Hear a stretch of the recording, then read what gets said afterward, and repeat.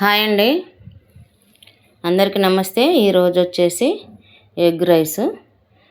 ఇంట్లో ఏమి కూరగాయలు లేనప్పుడు కూడా ఇట్లా చేసుకుంటే అప్పటికప్పుడు చాలా బాగుంటుందండి.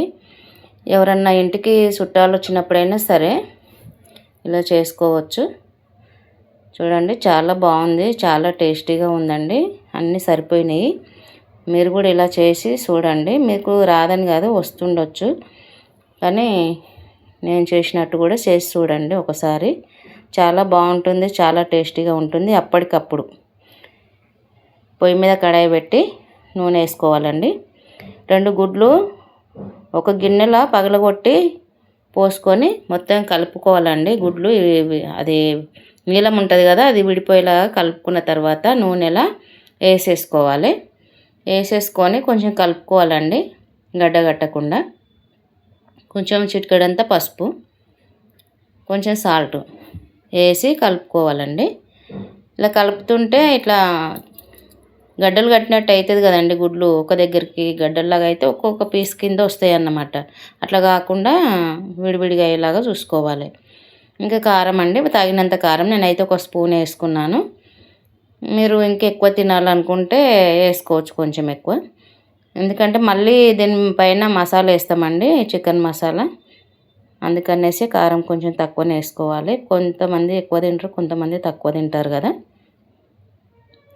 ఇలా కలుపుకోవాలండి. నూనెలో అంతా ఫ్రై అయిపోయిన తర్వాత ఇంకా అన్నం అండి, అన్నము మొత్తం పొడి పొడిగా చేసుకొని వేసుకొని కలుపుకోవడమే. మొత్తం అన్నం అంతా కలవాలండి. ఎగ్గు మొత్తం అన్నం కలిసేలాగా కలుపుకోవాలి. చూడండి, ఈ విధంగా కలుపుకుంటే సరిపోతుంది.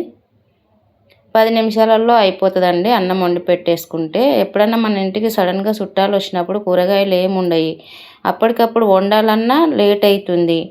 ఇంకా అందుకనేసి మనం ఏం చేయాలంటే ఈ రకంగా చేసి పెడితే అయిపోతుందండి. సాల్ట్ కొంచెం వేసాను, ఫస్ట్ తక్కువ ఉందని చెప్పేసి ఇంకొంచెం సాల్ట్ వేసుకున్నాను. ఇదైతే చికెన్ మసాలా అండి, టేస్టింగ్ సాల్ట్ అండి. కొద్దిగా వేసుకోవాలి, ఎక్కువ వేసుకోకూడదు, రుచి కోసం. Chicken masala, salt, tasting salt, ఈ 3 వేసానండి. చూసిండ్రు కదా. ఇలా కలుపుకోవాలి, అంతా అన్నంకు పట్టేలాగా కలుపుకోవాలి. అక్కడక్కడ వైట్ అన్నం గడ్డలు గడ్డలుగా ఉంటే కొంచెం అది చూసుకొని అంతా కలిసేలాగా కలుపుకోవాలండి. ఈ విధంగా కలుపుకోవాలి. సింపుల్గా అయిపోతుందండి, ఏమీ లేదు. మనకు కూడా కూరగాయలు లేనప్పుడు అప్పటికప్పుడు చేసుకొని తినవచ్చు, చాలా బాగుంటుంది. నాన్ వెజే తెచ్చుకొని తినాలని ఏం లేదు. 2 గుడ్లు ఉంటే అప్పటికప్పుడు పక్కన కిరాణా షాప్ ఉంటే అయిపోయాయి, తీసుకొచ్చుకొని చేసుకోవచ్చు అప్పటికప్పుడు. చాలా చాలా స్పైసీగా బాగుంటుందండి. మీరు కూడా ట్రై చేయండి ఒకసారి. ట్రై చేసి ఎలా వచ్చింది ఏంటి అనేది కామెంట్లో తెలియజేయండి. ఇంకో చికెన్ మసాలా సరిపోలేదండి, ఇంకా కొంచెం వేసాను. 1/2 ప్యాకెట్ వేసినంటి ఇంతకుముందు, అది సరిపోలేదని ఇంకా కొంచెం వేసాను.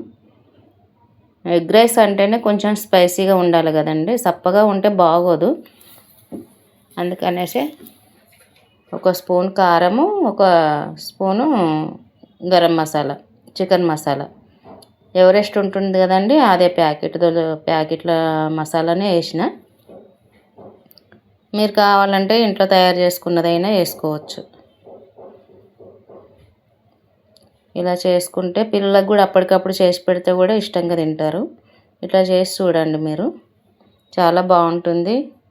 ఇప్పుడు కొంచెం కరివేపాకు వేసానండి, 2 రెమ్మలు కరివేపాకు వేసుకొని కలుపుకోవాలి. లాస్ట్లో కొంచెం కొత్తిమీర ఉంటే కూడా వేసుకోవచ్చండి, కొత్తిమీర వేస్తే కూడా బాగుంటుంది. నా దగ్గర లేదు కాబట్టి నేను కొత్తిమీర వేయట్లేదు.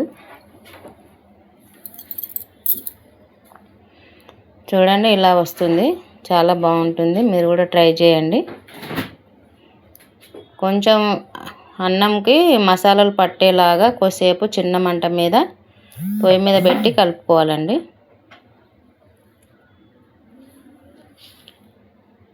మంట చిన్నగా పెట్టుకోవాలి, పెద్దగా పెట్టుకోవద్దు, అడుగంటేస్తుంది.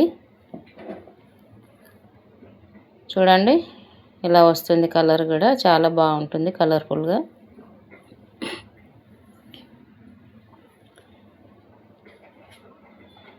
చూడండి ఈ విధంగా వస్తుంది. ఇట్లా కలుపుకొని కొంచెం దాంట్లో ఉన్న చెమ్మంతా పోవాలండి. బాగా మసాలాలన్నీ అన్నంకు పట్టేసేయాలి.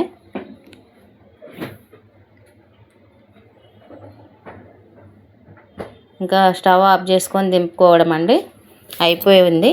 నా వీడియో నచ్చితే లైక్ చేయండి, షేర్ చేయండి, సపోర్ట్ చేయండి. ఓకేనా?